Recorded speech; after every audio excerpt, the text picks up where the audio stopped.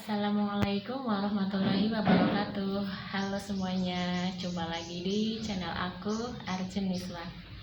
Baik teman-teman, saya doakan semoga teman-teman dalam keadaan sehat walafiat, amin. Kali ini saya kepengen share ke teman-teman masih tentang pengalaman aku, yaitu tentang dahsyatnya atau keajaiban berbakti kepada kedua orang tua. Ya, kita sudah tahu ya bahwa berbakti kepada kedua orang tua itu memang sudah kewajiban untuk kita semua ya, bahkan bukan untuk umat muslim saja, tapi non muslim pun itu berkewajiban untuk berbakti kepada mereka, memuliakan mereka, membahagiakan mereka. Pokoknya semua agama mengajarkan untuk kita berbakti kepada kedua orang tua kita. Nah, di sekolah dulu sudah sering digembar-gemborkan oleh guru kita, oleh orang-orang sekitar bahwa memuliakan kedua orang tua itu adalah sebuah sikap yang paling baik ya, kalau dimana seseorang itu sangat berbakti kepada mereka, sangat menurut kepada mereka, itu semua orang itu mengagumi loh. Jadi semua orang itu mengecap bahwa kita itu orang yang baik kayak gitu ya, orang yang ya pokoknya terutama itu baiklah kepada kedua orang tua, itu nurut kayak gitu kan. Nah, cuman kalau dulu waktu kecil itu kan kayak yang wah apaan tuh kayak gitu, ya tahu itu perbuatan baik, cuman hanya sekedar lewat aja kayak gitu. Nah, kali ini saya mau cerita ya sedikit pengalaman aku. Jadi berbakti pada mereka, kedua orang tua kita itu memang dahsyat sekali. Itu sangat berpengaruh kepada rezeki kita, kepada kesuksesan kita. Itu berpengaruh sekali. Makanya banyak orang sukses yang bilang bahwa kalau kepengen sukses, kalau kepengen hidupnya itu bahagia, maka berbaktilah kepada kedua orang tuamu, terutama kepada ibumu. Aku juga sering sering dibilangin kayak gitu sama orang-orang yang menurut aku itu mereka itu sukses dalam ekonomi kayak gitu. Pasti kebanyakan dari mereka itu selalu bilang, coba keluarga kamu yang paling dekat sama orang tua itu siapa? Terutama ibu. Siapa di antara saudara-saudara kamu yang paling dekat sama mereka? Itu pasti dia yang akan sukses sendiri. Coba deh kamu amati semua teman-teman kamu, tetangga kamu. Kalau dia sangat penurut sama orang tuanya, dekat sama orang tuanya, banyak kemungkinan orang itu sukses ya. Jadi ketika itu aku itu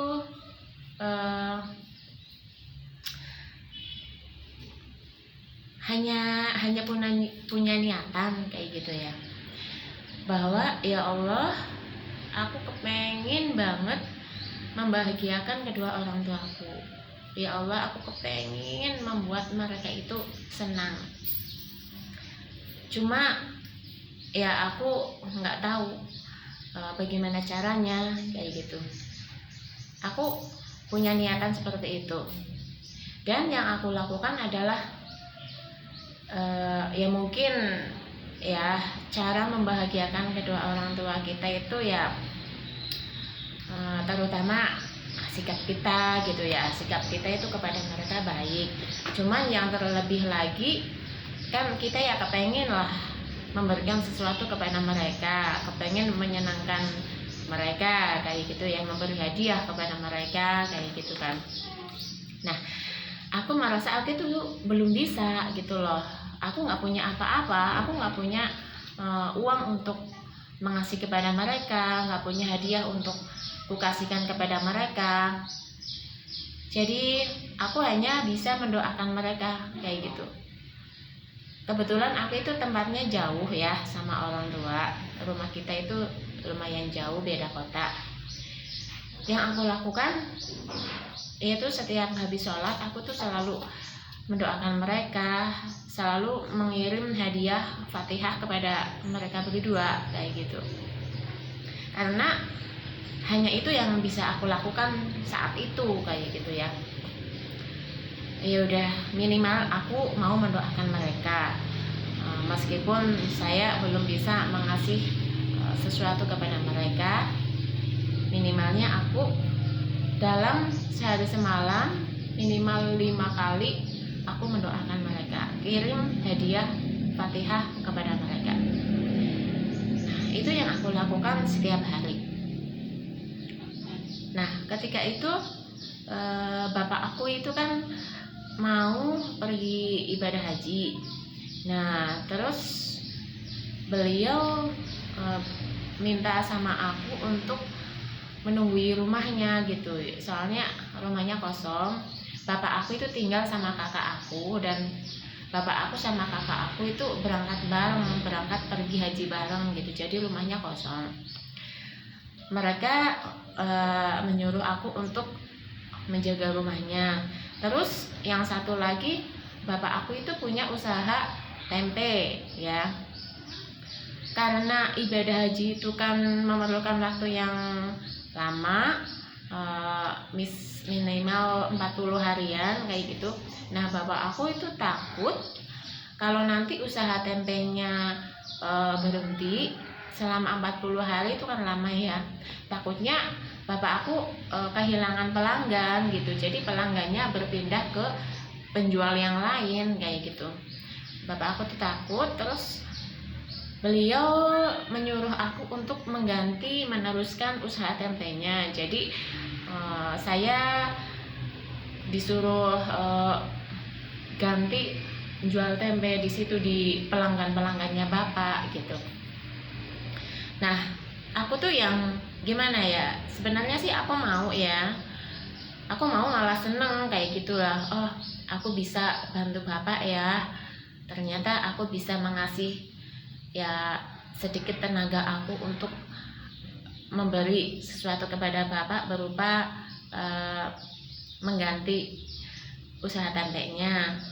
Cuman kala itu aku tuh punya anak kecil ya, aku punya anak 2, yang satu udah kelas 5 SD, dan yang satu itu masih berusia 3 tahun. Nah, kan nggak mungkin lah suami ditinggalin sama 2 orang anak kayak gitu. Terus ya gimana lagi, akhirnya aku ke rumah bapak. Nah, niatnya sih aku mau tinggal di rumah bapak sama anak aku yang balita, terus suami sama anak aku yang besar kayak gitu kan. Nah, sampai di sana, sampai di rumah bapak, tiba-tiba anak aku yang balita ini itu tuh nangis rewelnya, masya Allah, nggak bisa dipolongin kayak gitu. Pokoknya dia nggak mau tinggal di rumah bapak aku. Anak aku maunya pulang ke rumah kayak gitu, nggak mau tinggal di rumah bapak aku. Nah, kan ini membuat aku dan suami juga gimana ya, aku pun juga kasihan sama suami, masa sih ditinggalin anak 2 masih balita lagi, kan takutnya nggak maksimal lah ngomongnya kayak gitu kan. Terus akhirnya ya udah, mau gimana lagi, anaknya nggak mau tinggal di rumah bapak. Akhirnya suamiku mengalah, ya udahlah, saya bawa semua kayak gitu. Akhirnya anak aku dua-duanya ikut pulang bersama suami aku. Jadi aku tinggal di rumah bapak sendirian. Nah, dari situ aku kan merasa dimudahkan gitu ya. Oh iya, aku niat mau membantu bapak aku. Jadi tinggal di sana selama 40 hari kayak gitu. Nah, ternyata Allah mudahkan, yaitu berupa anak aku yang balita nggak mau ikut aku, jadi dia maunya pulang. Nah, itu kan udah membantu. Bisa jadi kalau misalnya anak aku tinggal bersama aku di rumah bapak, sementara anak aku yang balita ini nggak betah di sana, itu kan jadi beban buat aku. Nanti aku malah nggak bisa bantuin bapak, nggak bisa bantuin usaha tempenya, jualan tempe kayak gitu, karena aku ngomong ini anak balitaku kayak gitu kan. Yang kedua, aku ya jadi merasa leluasa kayak gitu loh.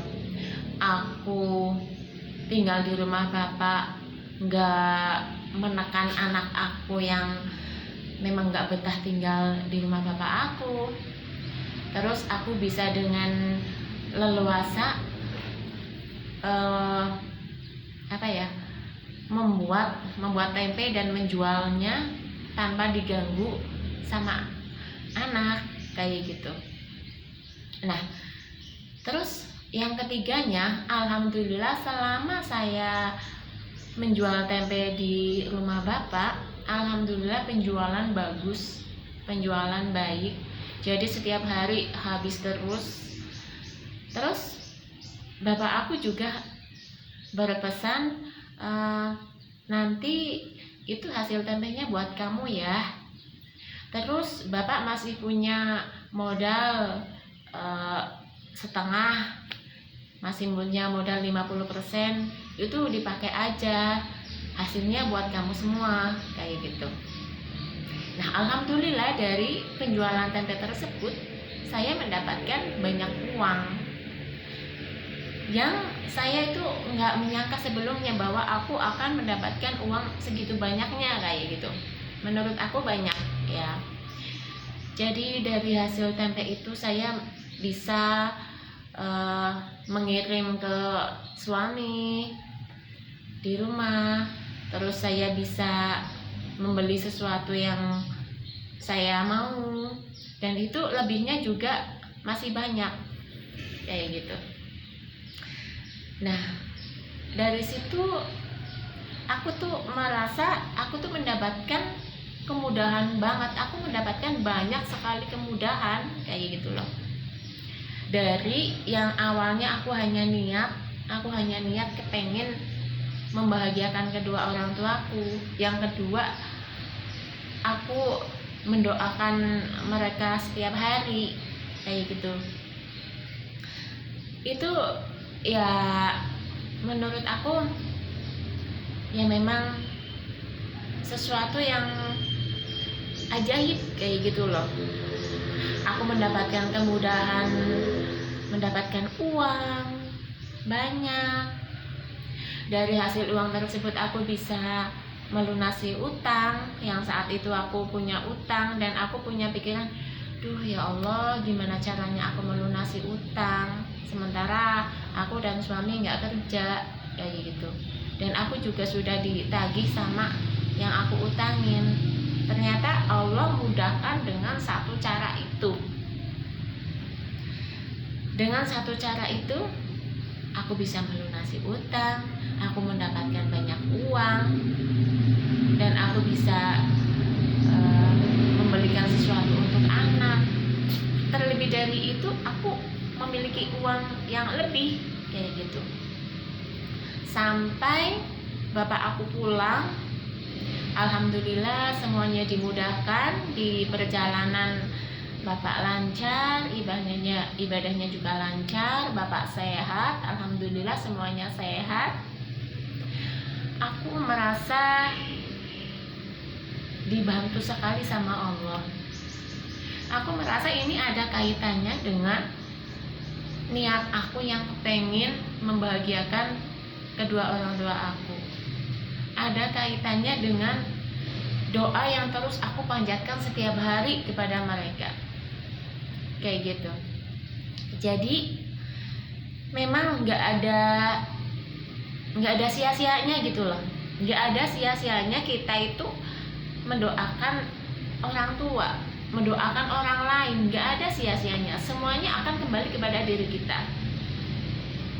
Banyak kebaikan-kebaikan yang akan terjadi kepada kita kalau kita mau mendoakan orang lain, terutama kedua orang tua kita, gitu ya. Karena salah satu ciri anak soleh itu kan mau mendoakan kedua orang tuanya, bukan anak yang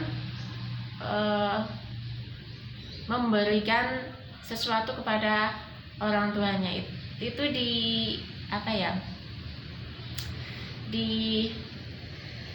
di salah satu contoh anak soleh itu kan mendoakan gitu loh. Karena hanya doa yang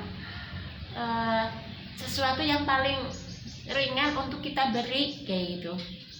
Sesuatu yang paling cuma-cuma untuk kita kasihkan kepada orang tua, kepada orang lain.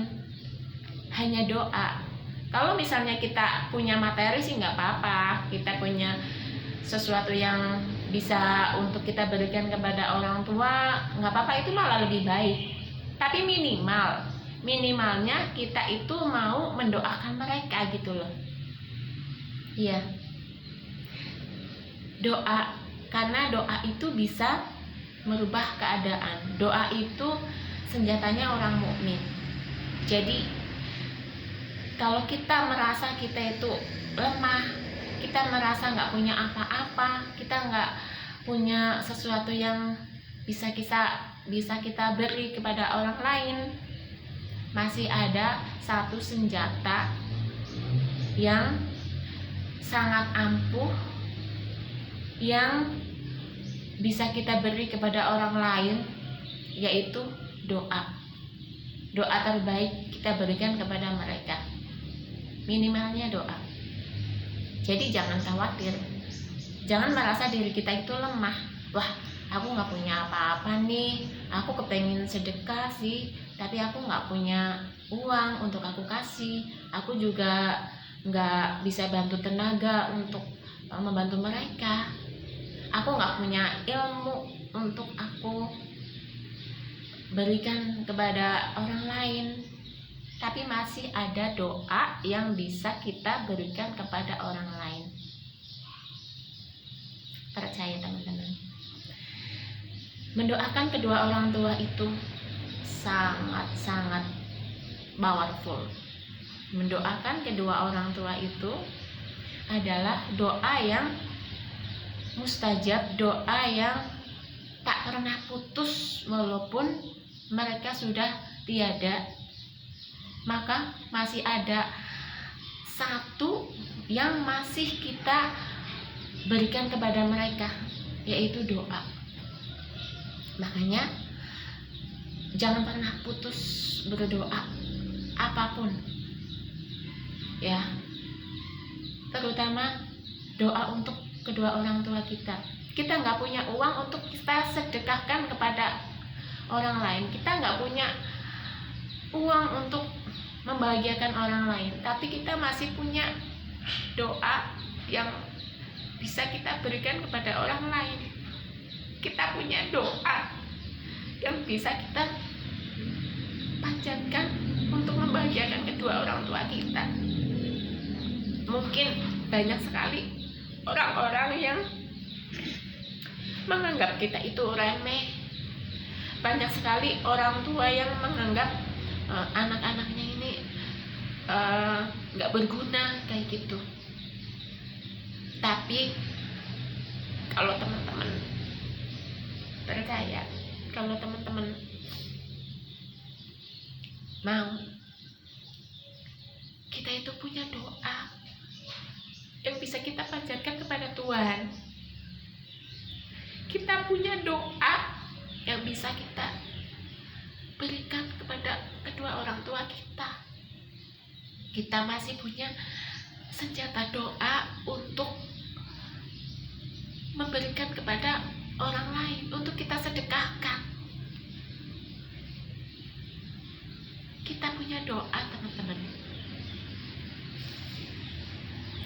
Maka jangan pernah menganggap diri kita itu lemah, diri kita itu gak berguna. Oke, gak apa-apa. Kalau teman-teman merasa teman-teman lemah, merasa teman-teman gak punya apa-apa, udah, lakukan. Berdoa saja.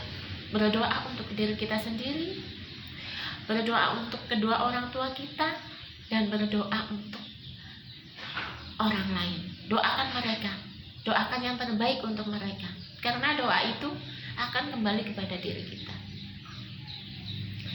Sekian dari saya, teman-teman. Itu pengalaman saya tentang ajaibnya mendoakan orang lain, terutama kepada kedua orang tua kita. Terima kasih, semoga bermanfaat. Wassalamualaikum warahmatullahi wabarakatuh.